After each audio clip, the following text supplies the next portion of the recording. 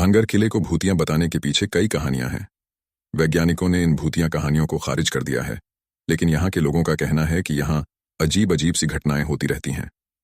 भानगढ़ का किला भारत के सबसे भूतिया स्थान के नाम से जाना जाता है, और यह किला तभी शायद सबसे बड़ा अनसुलझा रहस्य बना हुआ है। रहस्यमय होने की वजह से यह जगह कई लोगों का ध्यान अपनी ओर खींचती है।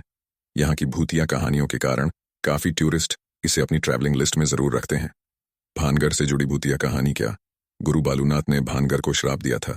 एक मिथक के अनुसार भानगढ़ गुरु बालूनाथ द्वारा एक शापित स्थान है।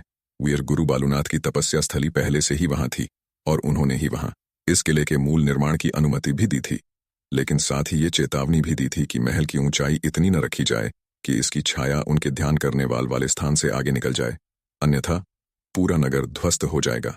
लेकिन वहां के राजवंश के राजा अजब सिंह ने घनघोर लापरवाही दिखाते हुए गुरु बालूनाथ की इस चेतावनी पर ध्यान नहीं दिया और उस महल की ऊंचाई बढ़ा दी, जिसकी वजह से महल की छाया ने गुरु बालूनाथ के ध्यान करने वाले स्थान यानी उनकी तपस्थली को ढक लिया, जिससे गुरु बालूनाथ अत्यंत रुष्ट हुए और उन्होंने श्राप दे दिया।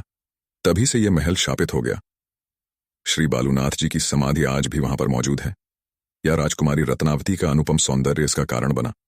एक दूसरे मिथक के अनुसार वहां की राजकुमारी रत्नावती, जिसकी सुंदरता पूरे राजपूताने में अद्वितीय थी, वह जब विवाह योग्य हो गई तो उसे जगह जगह से विवाह के प्रस्ताव आने लगे। वह इतनी सुंदर थी कि देखने वाले को वो एक मानवी नहीं बल्कि अप्सरा प्रतीत होती, और देखने वाला ठगा सा रह जाता। एक दिन एक तांत्रिक की निगाह रत्नावती पर पड़ ढी।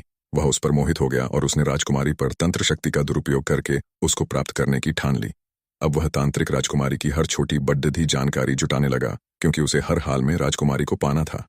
एक दिन उसने देखा कि राजकुमारी रत्नावती का नौकर राजकुमारी के लिए इत्र खरीद रहा है।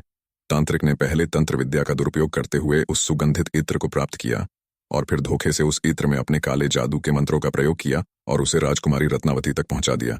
लेकिन राजकुमारी के एक विश्वास पात्र ने उसे ऐसा करते हुए देख लिया और समय रहते राजकुमारी को उसके बारे में बता दिया। राजकुमारी ने उस इत्र की बोतल को एक चट्टान पर रखा और उसे नीचे फेंक दिया। तांत्रिक को मारने के लिए राजकुमारी रत्नावती ने एक पत्थर लुढ़का दिया, लेकिन मरने से पहले उस तांत्रिक ने समूचे भानगढ़ को नष्ट होने का श्राप दे दिया, और उसका श्राप सत्य साबित हुआ।